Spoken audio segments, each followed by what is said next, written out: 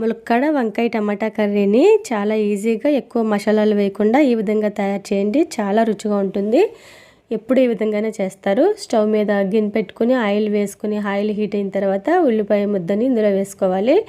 ఇందులో ఒక స్పూన్ అల్లం వెల్లుల్లి పేస్ట్ కూడా వేసుకుని పచ్చివాసన పోయే వరకు కొద్దిగా ఆయిల్ తేలే వరకు వేపుకోవాలి. ఇందులోనే ఒక 2 పెద్ద సైజు టమాటాలని మెత్తటి ప్యూరీలా చేసుకొని ఆయిల్ తేలే వరకు వేపుకోవాలి. ఇందులో చిన్నగా కట్ చేసిన వంకాయ ముక్కలు, ములక్కాడ ముక్కలు వేసుకొని వీటిని బాగా వేపుకోవాలి. మూత పెట్టేస్తే ఒక 5 నిమిషాలు ముక్కలు బాగా మగ్గిపోతాయి.